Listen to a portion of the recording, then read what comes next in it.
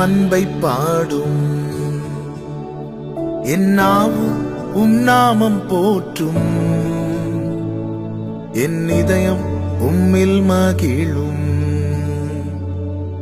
எனக்கென்றும் நீர் போதும். இயேசு கிறிஸ்துவின் இனிய நாமத்தினாலே உங்களை வாழ்த்துகிறேன். உயிரோடு இருக்கிற நம் ஆண்டவராகிய இயேசு கிறிஸ்து ஒவ்வொருவரையும் பாதுகாத்து நடத்துவாராக.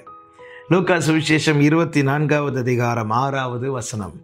அவர் இங்கே இல்லை, அவர் உயிர்த்தெழுந்தார். கர்த்தருடைய பரிசுத்த நாமத்துக்கு மகிமை உண்டாவதாக.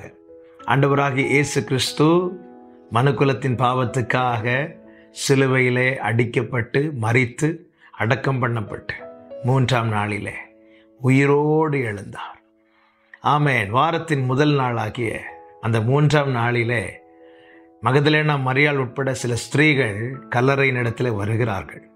வந்து பார்த்தபோது கல் திறக்கப்பட்டிருக்கிறது. உள்ளே பார்த்தால் அவரை வைத்த இடத்துல அவரை காணவில்லை. அப்பொழுது தூதர்கள் அங்கே நின்று கொண்டு கேட்கிறார்கள். 5வது வசனத்தில், அந்த ஸ்திரீகள் பயப்பட்டு தலை கவிழ்ந்து தரையை நோக்கி நிற்கையில் அந்த 2 பேரும் அவர்களை நோக்கி, உயிரோடு இருக்கிறவரை நீங்கள் மரித்தோரிடத்தில் தேடுகிறது என்ன? அவர் இங்கே இல்லை, அவர் உயிர்த்தெழுந்தார். அவர் இங்கே இல்லை, அவர் உயிர்த்தெழுந்தார். உயிர்த்தெழுந்த கிறிஸ்து எங்கே இருக்க மாட்டார் தெரியுமா? மரித்தோரிடத்தில். கல்லறையிலெல்லாம் இயேசுவை தேட முடியாது. எனவேதான் கல்லறை கொண்டாட்டெல்லாம் ஒரு தேவ பிள்ளைக்கு கிடையாது. கல்லறை திருநாள்லாம் ரட்சிக்கப்பட்ட தேவ பிள்ளைக்கு கிடையாது. காரணம், அவர் அங்கே இருக்க மாட்டார். அவர் மரித்தோரிடத்திலே காணப்பட மாட்டார். யார் மரித்தோர்? வேதத்தின்படி பார்த்தால் இளைய குமாரன் திரும்பி வரும்போது மூத்த குமாரனை பார்த்து தகப்பன் சொல்லுவார், இவனோ மரித்தான், இப்பொழுது உயிர்ப்பிக்கப்பட்டிருக்கிறான், காணாமல் போனான், இப்போ திரும்பி வந்திருக்கிறான் என்று. அப்படி என்றால் ஒரு காரியம் தெளிவாய் தெரிகிறது. பாவத்தில் இருக்கிறவன் மரித்தவனாயிருக்கிறான். பாவத்தில் இருக்கிறவன் மரித்த நிலையில் இருக்கிறான். உயிரோடு இருக்கிறவரை மரித்தோரிடத்தில் தேடுகிறது என்ன என கேட்கிற ஒவ்வொருவருக்கும் இயேசு கிறிஸ்துவின் நாமத்திலே சொல்லுகிற வார்த்தை இதுதான். தேவனை தேடுகிறவர்களே, அவரை கண்டடைய வேண்டுமானால் நீ பாவத்தில் இருந்து தேடாதே, பாவத்தை விட்டு தேடு. பாவத்தை விட்டு தேடு. தான் செய்த பாவத்தை நிமித்தம் மனமுடைந்தவனாய் பாவத்தை விட்டு ஒரு ஆயக்காரன் தேவாலயத்தில் வந்து ஆலயத்தின் வாசலிலே நின்று தலையேறெடுக்க கூட துணியாமல், பாவியாகி என் மேல் கிருபையாய் இறங்கும் என்று சொல்லி தன்னை தாழ்த்தின போது இயேசு கிறிஸ்து சொன்னார், இவனே நீதிமானாக்கப்பட்டவன் என்று சொன்னார். இவன் என்று சொல்லும் போது நமக்கு தெரியும், தூரத்தில் இருக்கிறவனை நாம் அவன் என்று தான் சொல்லுவோம். யார் பக்கத்தில் இருக்கிறார்களோ அவர்களை காண்பித்து தான் இவன் என்று சொல்லுவோம்.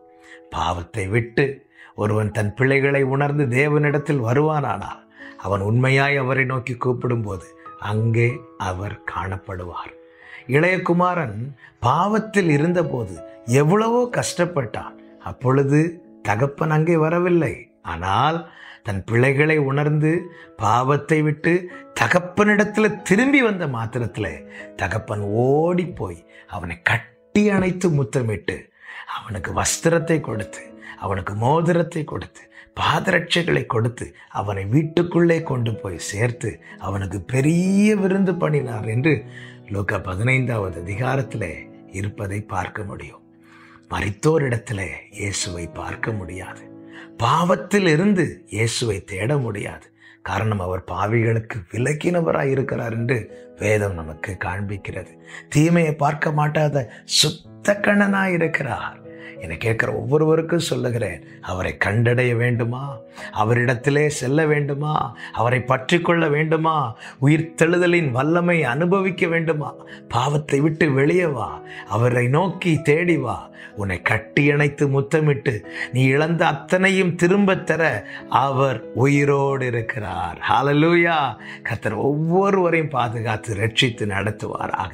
நல்ல தகப்பனே, எங்கள் மீட்பரே, உயிரோடு எழுந்தவரே, கோடி ஸ்தோத்திரம். ஸ்தோத்திரம் அப்பா. பாவிகளுக்கு விலகினவரே, தீமையை பார்க்க மாட்டாத சுத்த கணனே, மரித்தோரிடத்திலே நீர் இருக்க மாட்டீர் ஆண்டவரே.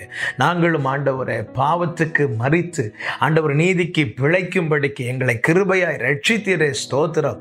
மீண்டும் பழைய பாவத்தை நோக்கி செல்லாமல் உம்மிடமாய் திரும்ப, உம்மிடமாய் ஓடி வர, உம்மை பற்றி கொண்டு உம் பாதத்தில் சரணடைய கர்த்தர் கிருபை செய்வீராக. அப்பா, இன்னும் பாவ பிடியிலிருந்து யாராவது இதை கேட்டுக்கொண்டிருப்பார்களானால் இயேசு கிறிஸ்துவின் நாமத்திலே ஜெபிக்கிறேன். உயிர்த்தெழுந்த வல்லமை ஒவ்வொருவரையும் தொடுவதாக, இந்த பாவ கட்டிலிருந்து பிள்ளைகளுக்கு விடுதலை உண்டாவதாக. கர்த்தர் அதிசயம் செய்யும் நாமத்தை மகிமைப்படுத்தும் இயேசு கிறிஸ்துவின் நாமத்தில் பிதாவே, ஆமென், ஆமென்.